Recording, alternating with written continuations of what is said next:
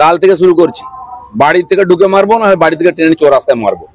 আর এটা কালকে হেডলাইন করুন। আর যে বেটা বলছে কুকথা, তাকে আমি শিখিয়ে দেবো কুকথা কোনটা সুকথা কোনটা। তাকে বাড়ি থেকে ট্রেনে নিয়ে রাস্তায় পিটবো আমি, সে যত বড় নেতা হোক। মেজায় হারায়নি, মেজায় ঠিক রেখেই বলেছি, যা বলেছি ঠিক বলেছি। দিলীপ ঘোষের মেজাজ এরমই থাকবে, কোনো কারো বাপের খায় না পড়ে না। পার্টি কি ব্যবস্থা নেই, দিলীপ ঘোষ যথেষ্ট, পার্টি লাগে না।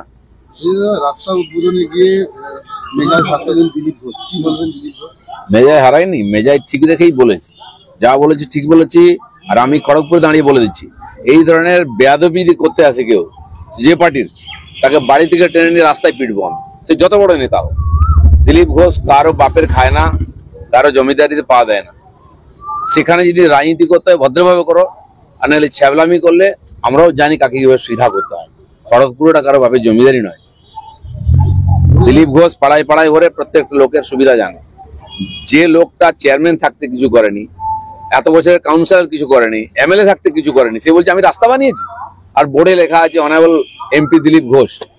মানুষ কি ঘাসে মুখ দিয়ে চলে নাকি? বেহায়ার মতো মিছিল করছে ওখানে গিয়ে। আরে দম থাকলে ট্রেনটা করে দেখা, দিলীপ ঘোষ রাস্তা করে দিয়েছে। দাদা, এই মেজাজে কি দিলীপ ঘোষকে দেখা যাবে? দিলীপ ঘোষের মেজাজ এরমই থাকবে, কোনো কারো বাপের খায় না পড়ে না, কোন বাপের কারো এক কাপ চা চেয়ে খায় না। না নেবো না, দেবো না, কিন্তু কাউকে ছাড়বো না। পার্টির পক্ষ থেকে কোনো ব্যবস্থা নেওয়া হবে কালকের ঘটনা? কার বিরুদ্ধে? কালকে যে ঘটনা ঘটেছে। পার্টি কি ব্যবস্থা নেই, দিলীপ ঘোষ যথেষ্ট, পার্টি লাগে না। আর এখানকার কর্মীরাই যথেষ্ট। আর যদি টিএমসি মনে করে রাজনীতি খড়গপুরে শুরু করবে, কাল থেকে শুরু করছি, বাড়ি থেকে ঢুকে মারবো, না বাড়ি থেকে ট্রেনে চৌরাস্তায় মারবো। আর এটা কালকে হেডলাইন করুন। আর যে বেটা বলছে কুকথা, তাকে আমি শিখিয়ে দেবো কুকথা কোনটা সুকথা কোনটা। বেশি ভদ্রলোকই দেখাতে জান না, জানো রাজনীতি করছি শত্রুর বিরুদ্ধে। যারা লেজ গুটিয়ে বাড়িতে বসে থাকে বোর আঁচলের তলায়, তারা আমাকে সার্টিফিকেট দিচ্ছে।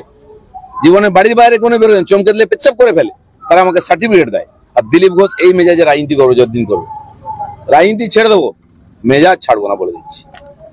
শাসক দলের দুই পক্ষে গোষ্ঠীদ্বন্দ্বে ধন্যবাদ কাউন্সিলরকে লক্ষ্য করে জুতো ধার ধাক্কা উত্তপ্ত নদিয়া যশোরপুর পুরসভার 18 নম্বর ওয়ার্ডে। ফসল পর্ব শুরু হয়েছে টিএমসিতে, পঞ্চায়েত, মিউনিসিপ্যালিটি, সব জায়গায় পার্টির মিটিং এ মার পিট, চুলোচুলি, শেষ পেয়ে গোলাগুলি। এই রাজনীতি সংস্কৃতি দিয়ে বাংলাদেশ কি হবে?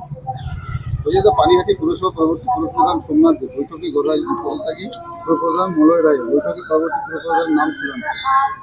সব টিএমসির মধ্যে কি হচ্ছে আলোচনার বিষয় নাই, এসব নাটক রোজ চলবে, এটা নিয়ে আমাদের কোনো চিন্তা নাই। আশঙ্কা ছিল ইডেন থেকে কেকেআর বনাম লখনৌ ম্যাচ 6 এপ্রিল বনাম রামনবমী থাকার পুলিশ দেওয়া সম্ভব না, আগেই সিএবি কে জানালো লালবাজার। প্রথম কথা, পশ্চিমবঙ্গ সরকারের পুলিশ নাই এখানে আইন শৃঙ্খলা রক্ষা করার মতো, কারণ রিক্রুটমেন্ট হয় না। যে পুলিশ প্রশাসন তার কোমরের জোর নেই দুটো ইভেন্ট একসঙ্গে চালায়, তার জন্য পশ্চিমবাংলার মানুষ কেন বঞ্চিত হবে এই অকম্মা পুলিশ ফোর্সের জন্য? মমতা ব্যানার্জির না অ্যাডমিনিস্ট্রেশন জানেন, প্রশাসন চালাতে খালি নাটক করতে জানেন, রাজনীতি করতে জানেন। তো কেকেআর এর খেলা কলকাতায় হবে না, সমস্ত টিমের হোম গ্রাউন্ডে খেলা হচ্ছে। কেকেআর এর কেন পিছিয়ে দাও? আমরা তো বলেছি না, ডেটটা পিছিয়ে দিন।